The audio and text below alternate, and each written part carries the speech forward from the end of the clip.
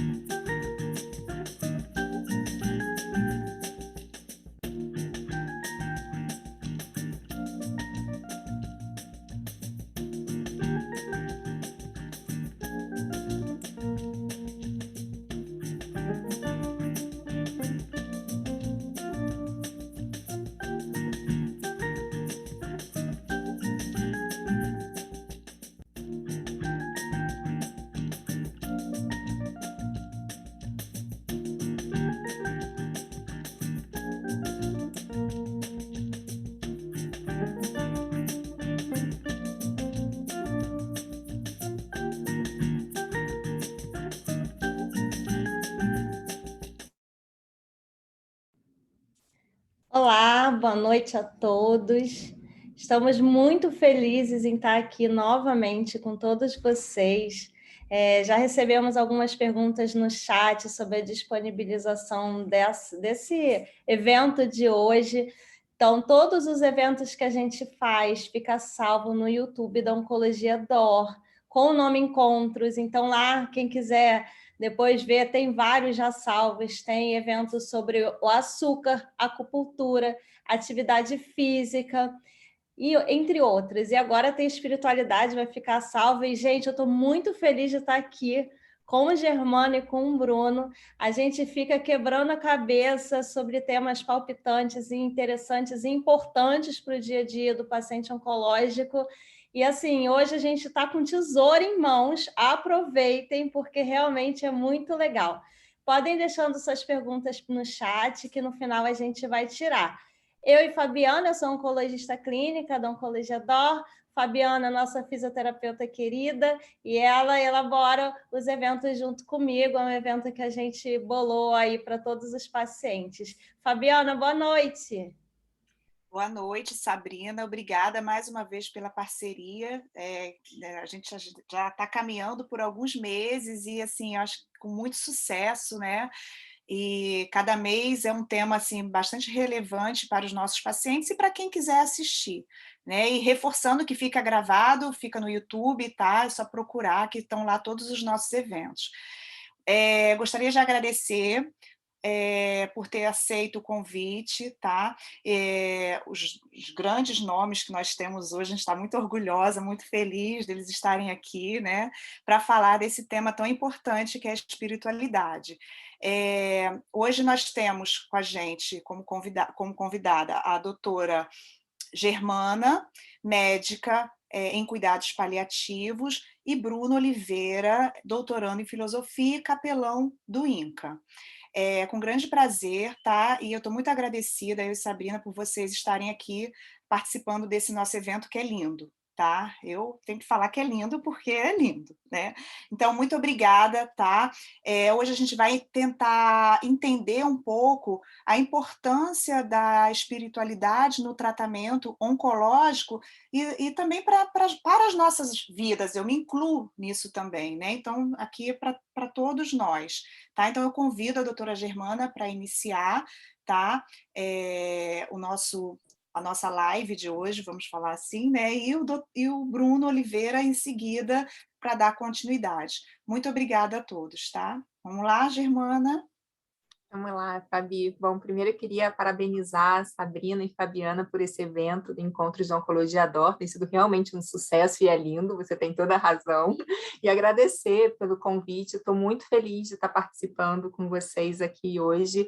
Um imenso prazer e um privilégio poder dividir esse encontro de hoje com o Bruno, que é um grande amigo, que eu estava com muitas saudades. Continuo, né? Porque o presencial faz falta, mas que uma pessoa que, para mim, inclusive, me iluminou, né, para essa questão do tratamento espiritual dos pacientes, e eu tenho certeza que vai ser um encontro bastante produtivo para todos nós, de aprendizado para todos os lados. Então, vou compartilhar minha tela com vocês, fiz uma apresentação breve, só para a gente bater um papinho, e a ideia, na verdade, da minha fala, é trazer como que foi para mim, né, assim, como que eu descobri essa necessidade desse cuidado espiritual ao paciente. Então, vamos lá.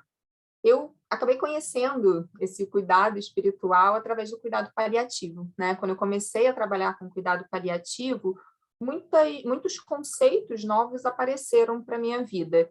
E novos e, ao mesmo tempo, me levando lá atrás, quando ainda jovem, né? No meu caso, ainda criança, eu decidi fazer medicina, decidi ser uma profissional de saúde e busquei isso aí ao longo da minha trajetória.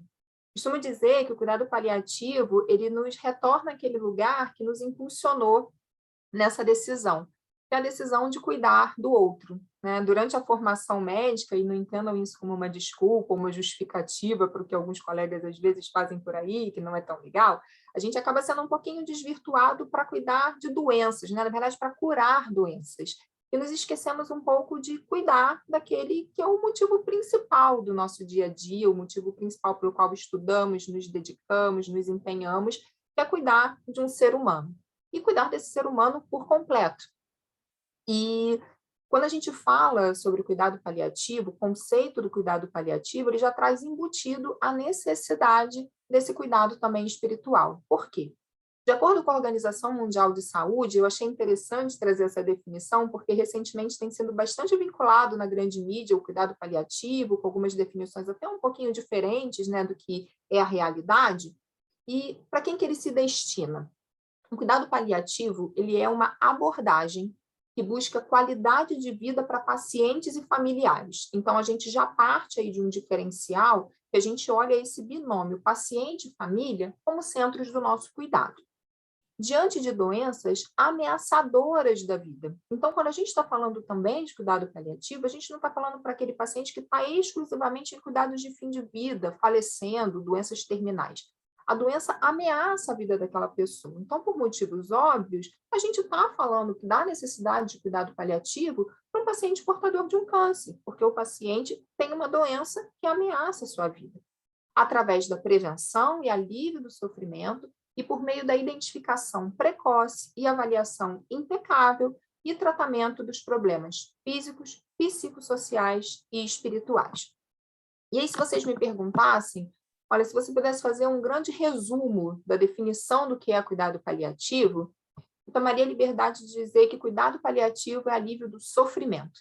Então, quem faz cuidado paliativo cuida do sofrimento do ser humano em toda a sua complexidade. E quem nos iluminou, né, com essa definição de dor total, trazendo para o centro ali do paciente e das suas dores todo esse aspecto do ser humano, foi Cicely Saunders, precursora do cuidado paliativo moderno, onde ela traz essa definição de dor total. E que dor é essa? É aquela dor relacionada a sintomas físicos, emocionais, sociais e espirituais. Ou seja, é aquela dor que pode sim ser causada pela localização do câncer, mas é aquela dor também de uma mãe que tem filhos e que sabe que tem uma doença que está ameaçando sua vida e, consequentemente, tem preocupações com essas crianças. É a dor daquela pessoa que é a provedora financeira do seu lar e que se preocupa com a sua perda de funcionalidade, mesmo que momentânea. Mesmo pessoas que vão ser curadas pela doença, a gente sabe que o tratamento do câncer já é um tratamento muito agressivo. Doença agressiva, tratamento agressivo, que gera a perda dessa funcionalidade e que possivelmente vai afastar essa pessoa por um determinado período de sua função laborativa, trazendo também essas preocupações e essas dores existenciais. Então, quando a gente olha esse conceito de dor total, eu acho que é o primeiro passo para a gente startar, para a gente começar a olhar toda essa complexidade. Complexidade que, como a Fabiana falou, nós vivemos no dia a dia, né? Nós não precisamos ter uma doença para lidar no dia a dia com essa complexidade do que é um ser humano.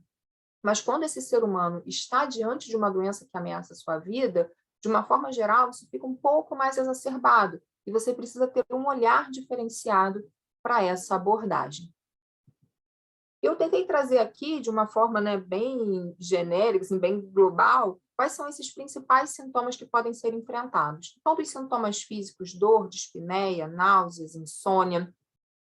Dos sintomas emocionais, ansiedade, tristeza, depressão, medo.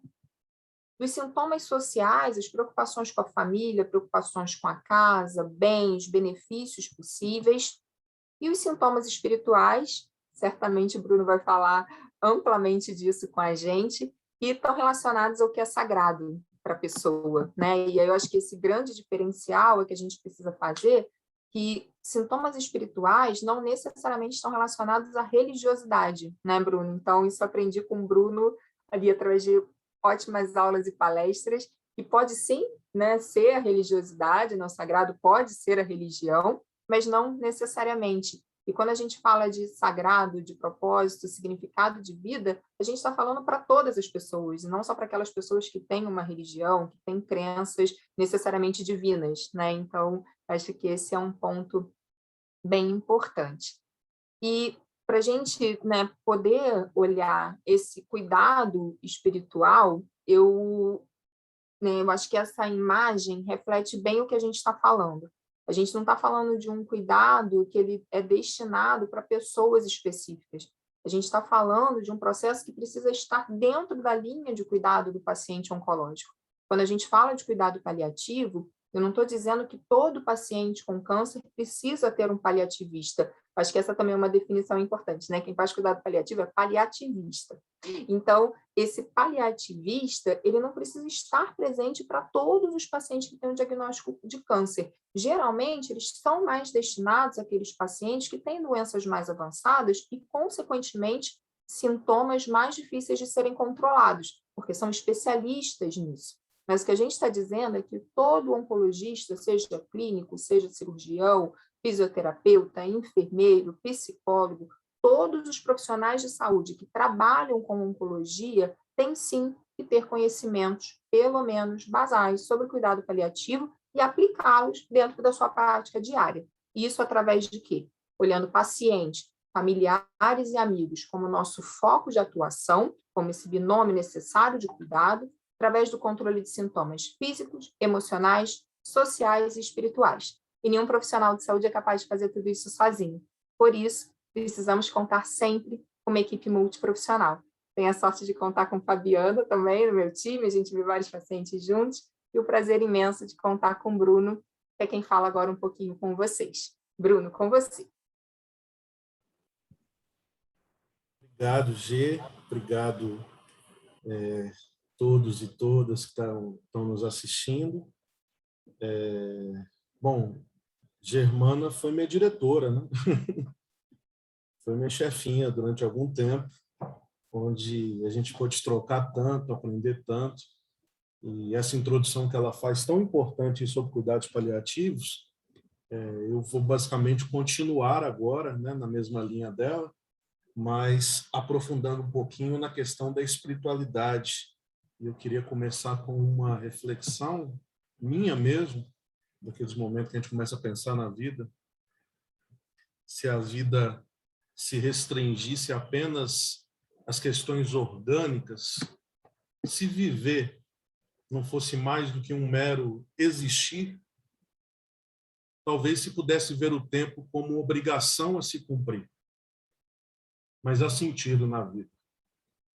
A gente não quer só comida. A gente quer comida, diversão e arte. É preciso que a vida se transubstancie em significado. Acolher as surpresas, descortinar os sentidos, fazem a vida ser composta como uma sinfonia, repleta de pausas, acentos, idas e vindas, que dão sentido no final, ao se tocar o último acorde. A vida não pode ser medida apenas pela dimensão orgânica do viver, porque viver é mais do que um mero existir. Como diz o poeta musical brasileiro, a gente não quer só comida, a gente quer comida, diversão e arte. Em outras palavras, a gente não quer só existir, a gente quer viver. E eu trabalho há 16 anos no INCA, e nesse período, algumas histórias assim me marcaram, e eu queria trazer uma para vocês. E essa história eu trago com esse título: o que é mais forte que o amor? O que é mais forte que o amor? Paciente, câncer de mama, mastectomizada, a mama foi retirada, surgiu uma metástase cerebral, um prognóstico bem complicado. E numa conversa com ela, ela me disse que tinha um grande sonho ainda na vida. Ela queria se casar. E a pergunta óbvia que eu fiz para ela é: você tem namorado, né? Porque meu nome não é Tinder, né? Eu não sou agência de encontro, né? Não sou aplicativo de encontro. E ela me disse: eu tenho, mas é impossível me casar. De onde que vem sua impossibilidade? Me conta. Olha, eu e meu noivo somos lá do Maranhão. nos mudamos para o Rio só para eu poder fazer tratamento. A gente está morando de favor numa casa em São Pedro da Aldeia. Uma vez por semana, a gente desce de São Pedro da Aldeia para o Rio só para fazer atendimento ambulatorial. Não temos família aqui. Os nossos amigos estão aqui no hospital. São os pacientes e profissionais. Não temos dinheiro. É impossível me casar. E eu perguntei, o que você sonha de um casamento? E ela me disse, eu só queria duas coisas. Eu queria romantismo e eu queria alegria. Uma semana depois, a gente fez o casamento dela no INCA. Esse é o bolo da noiva, feito para esse dia. Essa é a noiva sendo maquiada e preparada e conseguiu ficar com a pele mais bonita que a pele da Germana no dia de hoje, que eu não sei o que a Germana faz, um filho pequeno em casa sem dormir, sei lá. Casou com um vestido verde, símbolo da esperança. Isso daqui é o corredor do hospital. Colocamos o tapete vermelho, que nesse dia eu descobri que se chama passadeira, e essa é a entrada dela no corredor. À direita, se vocês conseguem visualizar, aquilo é uma harpa. O casamento dela teve harpa, teve cantora lírica, teve romantismo. As fotos também são fotos profissionais. O momento da troca das alianças, o momento da bênção. E depois do romantismo, o que ela pediu? Alegria. A nutrição liberou salgadinho para todo mundo, a gente contratou um buffet e fizemos uma festa no hospital. Os dois dançando a valsa e o buquê, como todo casamento tradicional tem.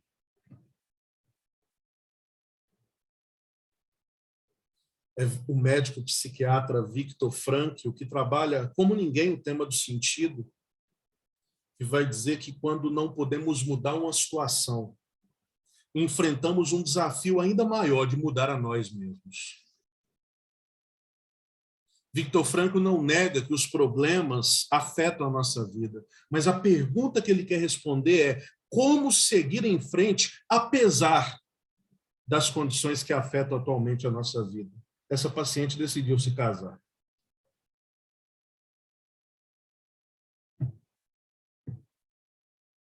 A Organização Mundial de Saúde, lá no preâmbulo da sua Constituição, ela define saúde desta forma aqui.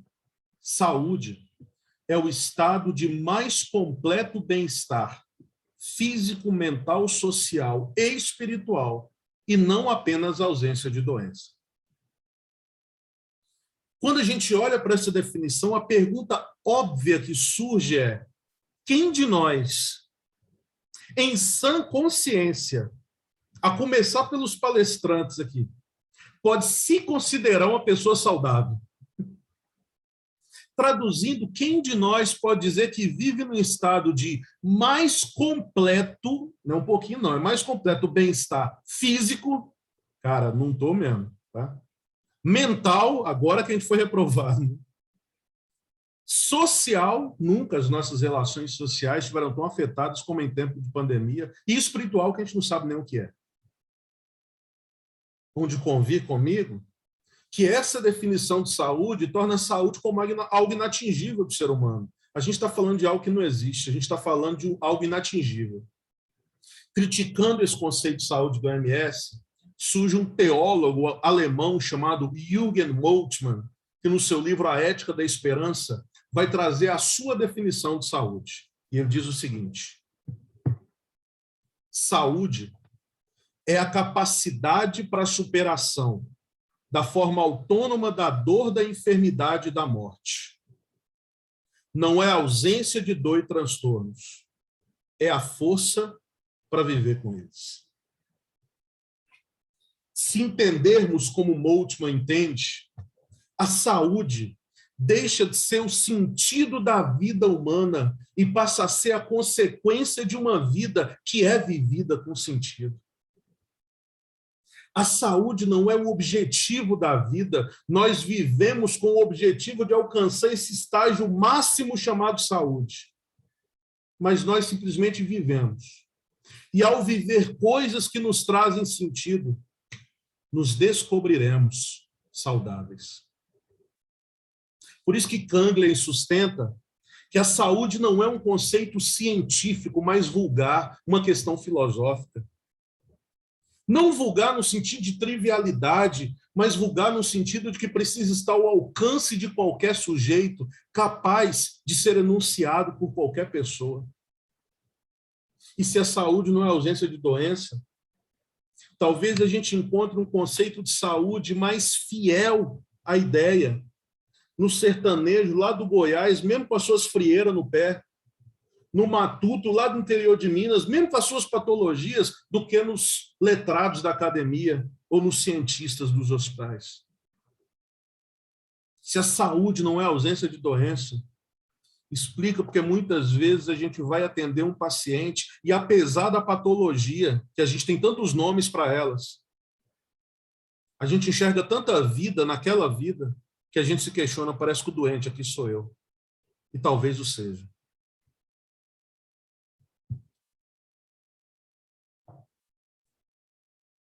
Esse foi um paciente que a gente teve. Carioca de Niterói, professor de educação física, 2 pós-graduações, atleta, não fumante, não alcoólico, câncer na laringe.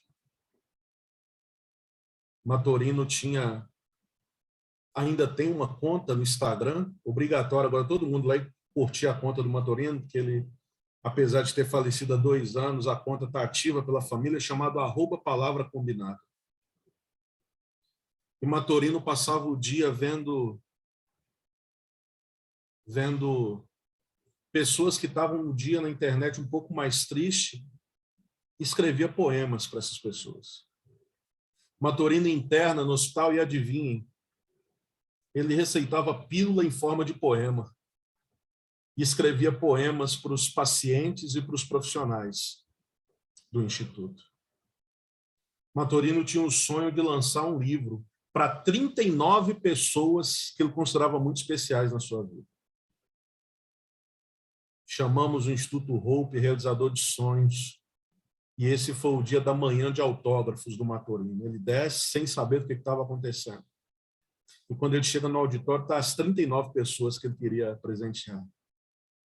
E é lançado o livro @palavra combinada, que eu tenho um exemplar, não vendo, não alugo, não dou para ninguém, porque quem empresta livro é burro e quem devolve é mais burro ainda. Mas eu quero só mostrar para vocês um pouco daquilo que o Matorino dizia enquanto, no conceito tradicional, estava doente. Estava doente, estava com patologia. E eu quero mostrar o que brotava do Matorino. Eu bailava sozinho na dança da vida e tolo você ria. Não te culpo me julgar pelo que vê. Sua alma captava a cena vazia. Peço demais exigir valor a quem não entende a coreografia. O amor é liberdade. Aprendi com o passarinho. Mesmo tendo tantas árvores, escolho sempre o mesmo ninho. Nos tropeços da caminhada, em meio ao caos e à correria, peço à vida que nunca segue meus olhos de poesia. Se a vida sair dos trilhos, pense que reclamar é bobagem. Encha sua mochila de fé e aprecie a nova paisagem. Deixe o coração guiar a rota, mas nunca desista da viagem.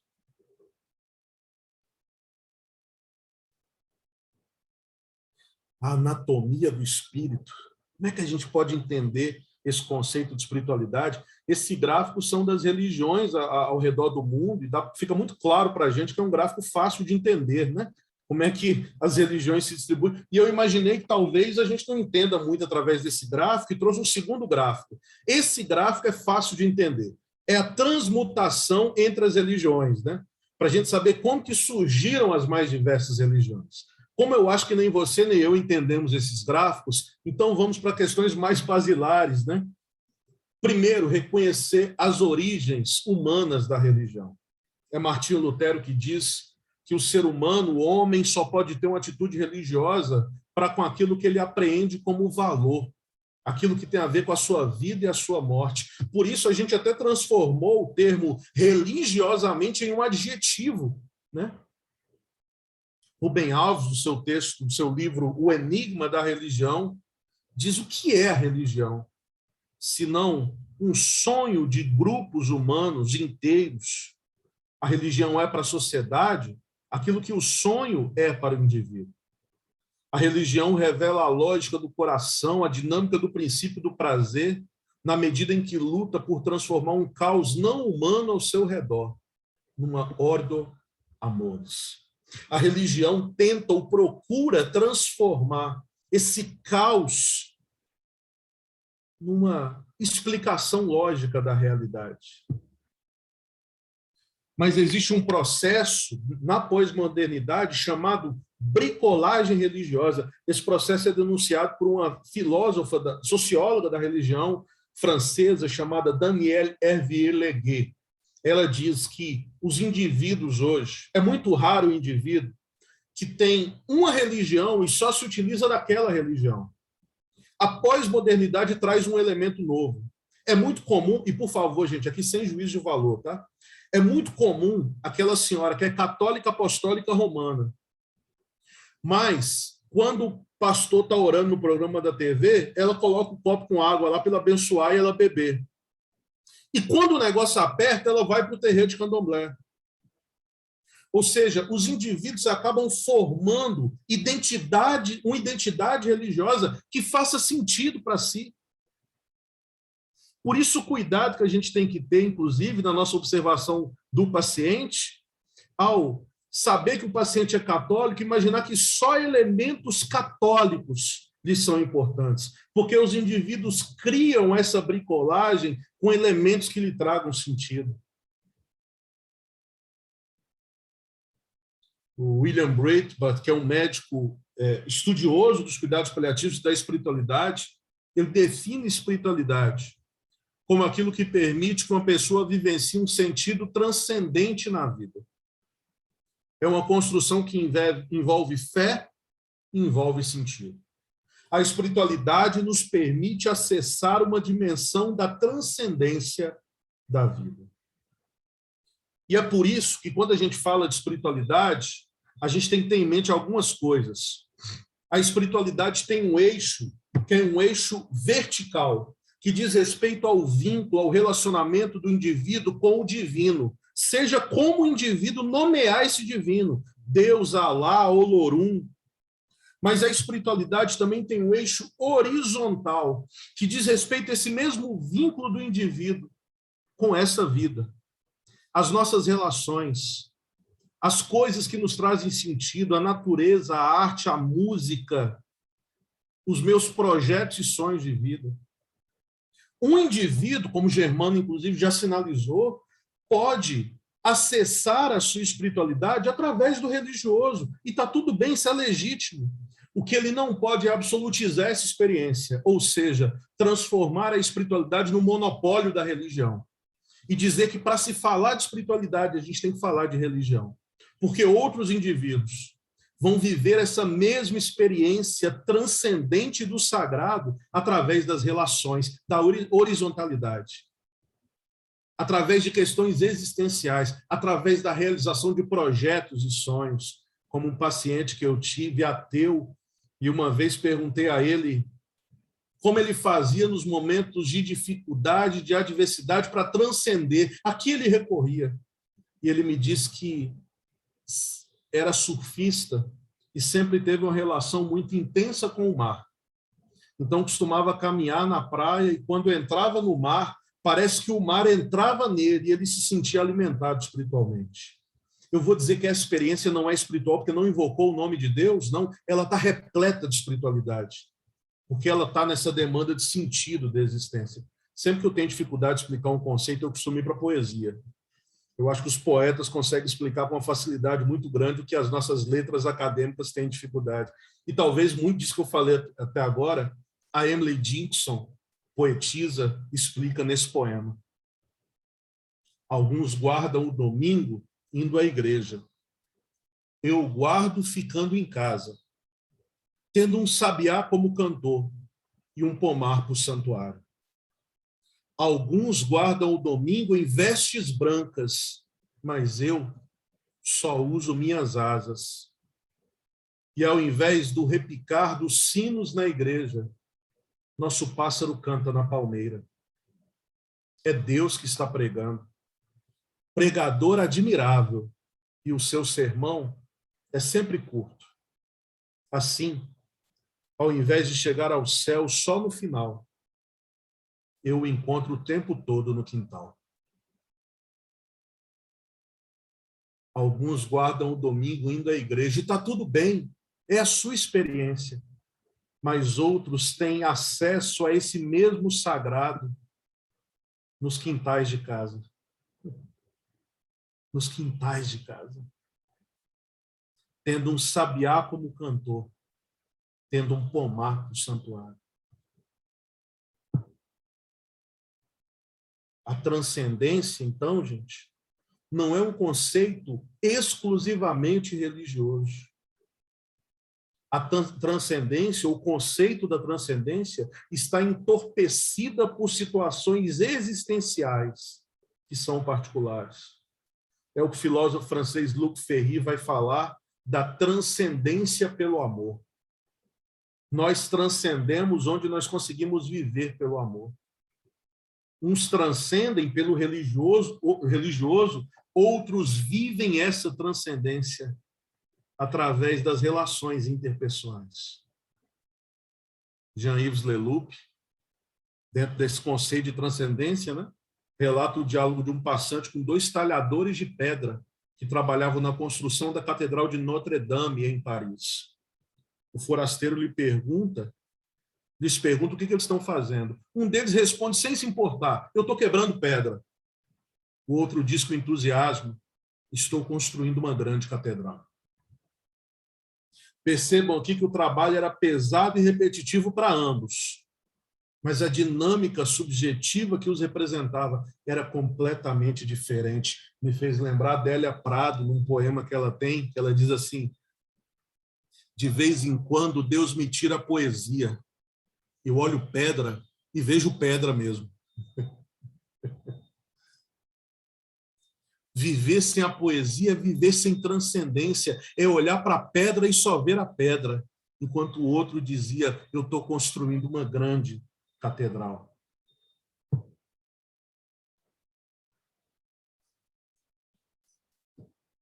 Espera aí com o meu... Vamos lá, PowerPoint? Que legal. Acontece nas melhores famílias. Eu ia falar aqui um negócio, mas quando tiver só a gente, eu falo. Depois eu fofoco, pessoal, pode deixar. Tá. Mas, assim, só pegando um pouquinho esse conceito e trazendo um pouco para a nossa reflexão, eu lembro de uma paciente que eu tive, que eu entrei no quarto, ela estava olhando para a janela e ela olhava para a janela e falava assim: olha como ela está bonita. E eu, assim como a Adélia Prado, olhava para a janela e só via uma janela. E ela repetia: olha como a danada está bonita. E eu não via nada. Comecei a pensar: será que está em delírio, né? Será que está em delírio? Eu vou abrir de novo aqui, gente. E fiquei pensando comigo. E eu falei: dona fulana, eu sou forçada a dizer, eu não estou entendendo, não estou vendo nada. E ela disse: vem cá, e colou meu rosto no rosto dela. E eu pude olhar por uma frechinha da janela uma árvore que ela enxergava do outro lado da rua, que naquele dia tinha florescido. E ela dizia: olha como ela está bonita, eu estou vendo ela a semana inteira e hoje ela floresceu. Eu fiquei olhando para aquela cena e pensando assim: eu passo em frente àquela árvore do HC4 todo dia. e nunca tinha nem percebido que havia uma árvore lá. Aquela mulher do lugar onde ela estava, ela conseguiu ver beleza onde eu só vi uma janela. Daquele lugar, me atrevo a dizer, daquele lugar existencial que ela vivia, ela conseguiu enxergar beleza, conseguiu enxergar a vida, onde eu só vi estrutura. O modelo biomédico é um modelo que limita o real àquilo que pode ser vivo e ser visto. Precisa ser contraposto pelo modelo que a gente chama hoje de biopsicossócio-espiritual, que cuida da perspectiva integral do indivíduo. O que eu estou querendo dizer para vocês é que enquanto o olhar para aquela paciente do casamento lá do início for só pelo modelo biomédico, a única coisa que importa são os opioides que ela está tomando. Enquanto o modelo biomédico for o que imperar, a única coisa que importa no Maturino é o controle dos sintomas físicos dele. Se o modelo é o modelo biopsicossócio-espiritual, a gente percebe que é impossível tratar o Maturino sem falar de poesia. Que é impossível falar da paciente sem falar da realização dos seus sonhos. Porque se é importante para o paciente, é importante para todos nós.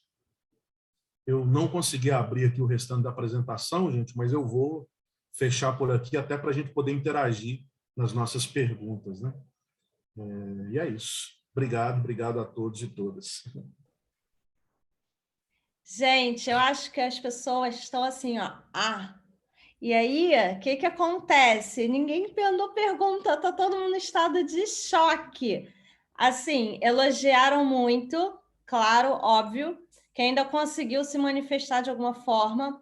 Teve uma pergunta que é interessante, e aí eu estou fazendo cuidados paliativos, eu te contei, Germana? Estou fazendo a formação. Eu estou sabendo, fiquei super feliz. Eu também. E aí, eu acho interessante porque a gente fala muito disso na formação, Bruno também, a questão do luto, né? Como é que a gente lida com o vazio da ida de um ente querido, essa dor, né? Eu sei que isso dá algumas aulas longas, mas se a gente puder dar uma pílula aí de esperança e caminho, né? Uma luz, o que vocês dois podem falar para essa pessoa?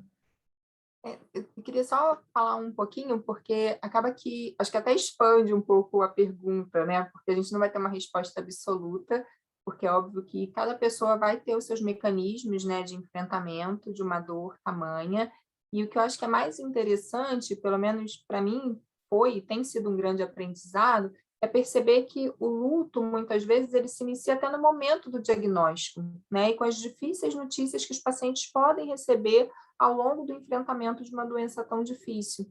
A gente costuma, na sociedade, relacionar o luto exclusivamente ao momento pós-morte de um ente querido.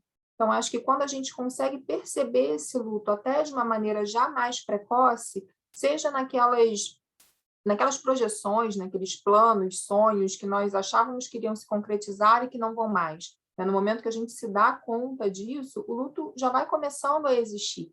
E a gente tem uma grande amiga, né, Bruno, e eu, que é a Silvana Aquino, e dentro desse critério, assim, dentro desse tema, né, luto, tem pessoas maravilhosas, né, Érica, enfim, a Cecília, e elas sempre falam muito, assim, né, que você precisa olhar para o luto, reconhecer o processo de enlutamento para conseguir trilhar os caminhos diferentes de enfrentamento. E eu acho que isso tem muita relação também com a espiritualidade, aí deixo essa bola para o Bruno, ver se ele concorda, porque você consegue enfrentar as situações de acordo com aquilo que você vem construindo ao longo da sua vida, né? Então, se você já vai se abastecendo de diferentes formas, eu acho que isso está totalmente vinculado à espiritualidade, ressignificado, transcender, você vai ter mais mecanismos para conseguir enfrentar de uma forma mais favorável, né, esse processo de luto.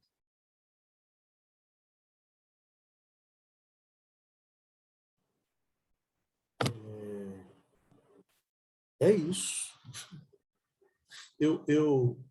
Já que assim não houve perguntas, Sabrina, eu posso só passar um trecho de um vídeo que eu queria comentar e que tem a ver com essa questão do luto. Você Eu pode acho que- tudo, meu amigo. Você que manda. É porque voltou aqui o negócio, aí eu acho que vai contribuir, porque é exatamente nisso que eu ia entrar. Então, vamos lá. Vê se vai, né? Mrs. Lee, I believe you have some words to say about the dearly departed.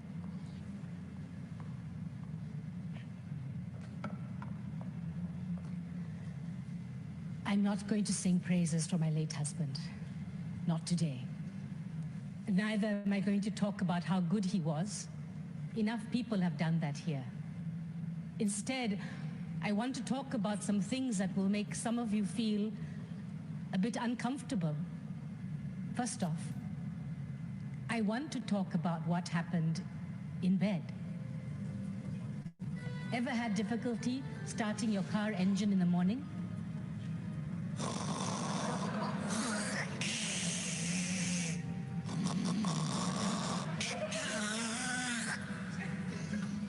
Well, that's exactly what David's snoring sounded like. But wait, snoring wasn't everything. There was also this rear-end wind action going on as well. Some nights, it would be so forceful, it would wake him up.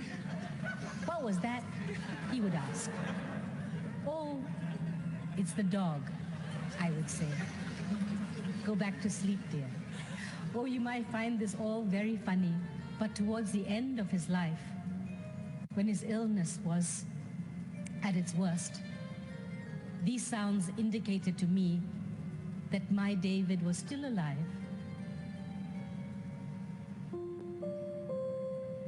And what I wouldn't give just to hear those sounds again before I sleep.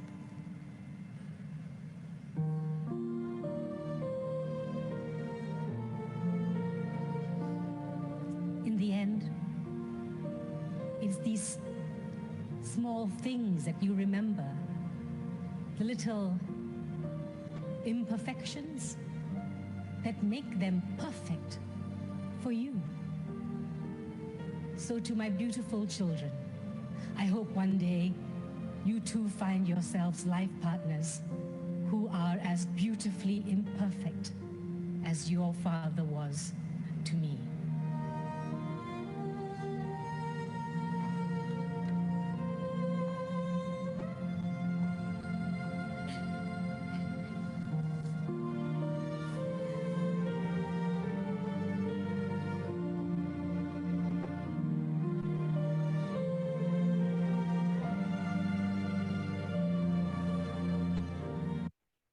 Uma vez eu escutava um depoimento de uma mulher que parou o carro e gravou o vídeo contando que ela sempre parava numa padaria para comprar um sonho. Sabe aquele sonho de padaria?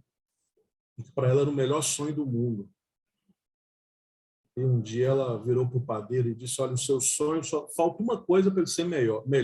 Ele deveria ser mais sonho, deveria ser maior. Ele é tão bom que quanto maior, melhor.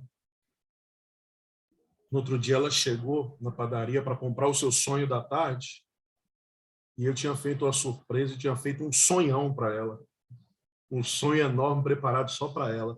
Ela ficou toda feliz com aquilo, com aquele carinho dele, pegou o sonho, levou para casa e quando ela mordeu, não era o que ela imaginava. Ela percebeu que tinha recheio demais.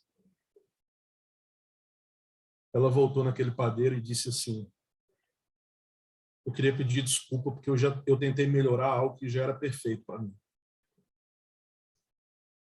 É quando eu moro sozinho no Rio, sou natural de Minas, né, e moro há 19 anos aqui. E quando eu estou com muita saudade de mamãe, eu vou fazer o arroz aqui. E meu arroz queima. Eu fico torcendo para ficar o queimadinho, igual o queimadinho do arroz de mamãe. Que ela odeia quando queima o fundinho, mas é o fundinho queimado que eu gosto. E quando meu arroz queima, que fica o fundinho queimado, me faz lembrar da minha mãe. Parece que a sociedade nos coloca, sei lá, uma exigência de viver atrás da perfeição. A gente sempre busca aquilo que é perfeito, né?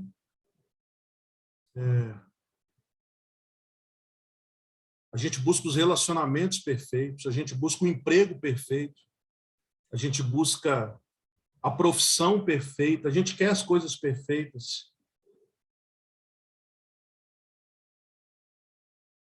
Mas lá no fundo o que a gente busca é aquelas pequenas imperfeições, mas que façam sentido para a gente. Aquelas imperfeições que nesse vídeo dessa mulher falando no velório do marido a gente vê, são aquelas coisas que talvez irritava no relacionamento, é o que ela queria viver pelo menos mais uma vez. A gente vive engavetando esse tipo de coisa, engavetando momentos, engavetando a vida. A gente vive colocando na conta das imperfeições da vida, coisas que lá no fundo a gente gosta e que lá no fundo trazem sentido para a gente. O luto, Sabrina, ele é um processo de elaboração da perda, né? É pensar, eu tinha, eu não tenho mais, e agora o que eu faço com isso? Nesse processo de elaboração da perda, a primeira coisa que a gente tem que entender é que ele não é um processo mágico, tampouco um processo linear, tampouco um processo que funcionou para um vai dar certo para outro. O tempo que foi para um vai ser o tempo para outro. Respeitar o nosso luto e respeitar o luto do outro é deixar que o nosso corpo manifeste da forma como ele precisa manifestar. Deixar que a lágrima venha quando ela tiver vontade de vir. Não nos permitir ser censurado pelo outro quando nos diz que a gente não pode chorar. Mas vivenciar um processo de elaboração que faça a gente elaborar de melhor maneira essa perda, que, como diz a filósofa judia Hannah Arendt, nós somos feitos para recomeçar. E esse recomeçar vai ser melhor se a gente conseguir elaborar melhor todos esses processos, né? Bruno, eu vou pegar você, vou colocar num potinho e vou deixar aqui em cima da minha bancadinha para uma vez por dia eu abrir. Então eu vou fazer um vasinho assim com bastante espaço e aberto para de vez em quando eu abrir essas pílulas assim que eu fico apaixonada. Eu sempre fui sua fã, você sabe disso. A gente tem que ir acabando o nosso evento.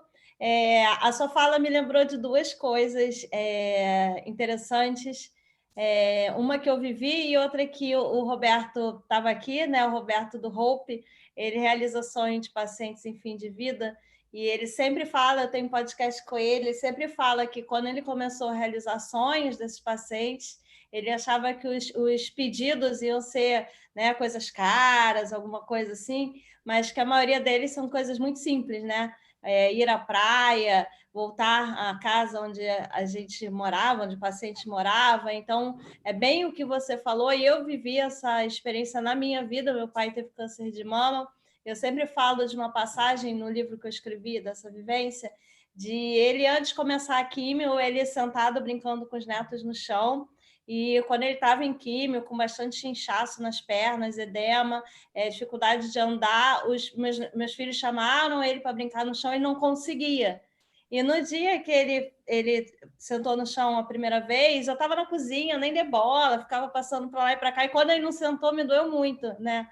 Então, assim, eu acho que o nosso tema é espiritualidade é isso, né? A gente encontrar o amor nas pequenas coisas, a gente saber reconhecer isso no nosso dia a dia, esse reconhecimento, né? E perceber que isso nos traz paz, e em busca desses momentos é estar espiritualmente antenado, né? E conectado. Então, com essa fala, eu passo para a Fabiana, que também vai querer te colocar no potinho na mesa da sala, mas não tem jeito, eu pedi primeiro.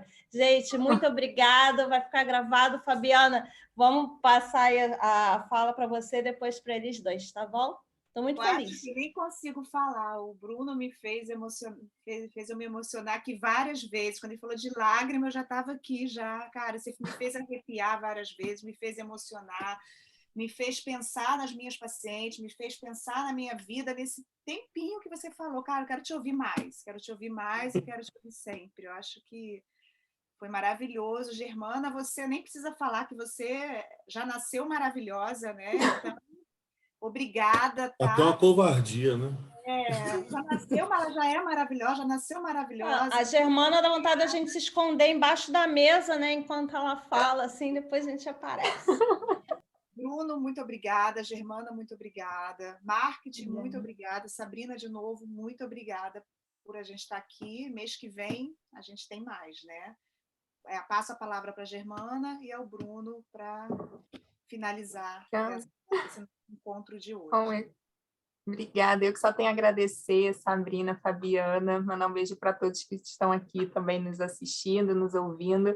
Lembro quando a Fabi me fez o convite, né, para a gente falar sobre espiritualidade, falei, Fabiana, não posso falar com outra pessoa que não o Bruno, porque assim, ele é tudo isso que vocês estão dizendo e muito mais, assim. Então, agradecer, aproveitar o momento para agradecer, Bruno, pela amizade, por todos os aprendizados e certamente aproveitar, né, tudo isso que ele fala nos torna sempre melhores. Então, tenho certeza que eu sou uma profissional melhor por poder ter os dias compartilhados assim com você e absorver todo esse aprendizado. Agradeço imensamente, meninas. Muito sucesso sempre. Contem comigo também para o que precisarem. Muito obrigada mesmo. Eu só gratidão mesmo, Sabrina, Fabi, obrigado pelo convite, pela confiança. Eu sei que essa confiança para colocar para falar para esse grupo tão especial, né? É preciso uma confiança muito grande. Eu quero agradecer vocês.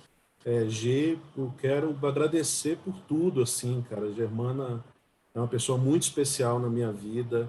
O tempo, não só que ela trabalhou como médica no INCA, mas no período de direção, a minha relação, tanto atendendo juntos pacientes, como indicações dela para atender, quanto também projetos que a gente fez junto, de congressos que a gente ajudou e que a gente fez juntos lá no INCA, eu levo assim no coração. E eu lembro o dia que G saiu do INCA, eu lembro até hoje as minhas palavras para ela, eu ainda vou comprar um hospital e colocar você para ser diretora. Hospital só meu, só para eu poder, de novo, ser liderado por você. Então, tenho um carinho muito grande e vocês proporcionaram de eu falar com a G de novo. Quero agradecer de coração. Obrigado a todos e todas que passaram por aqui e qualquer coisa conta com a gente, tá bom? Foi ótimo. Obrigada, pessoal. Boa noite. Beijo. Boa noite. Tchau, tchau.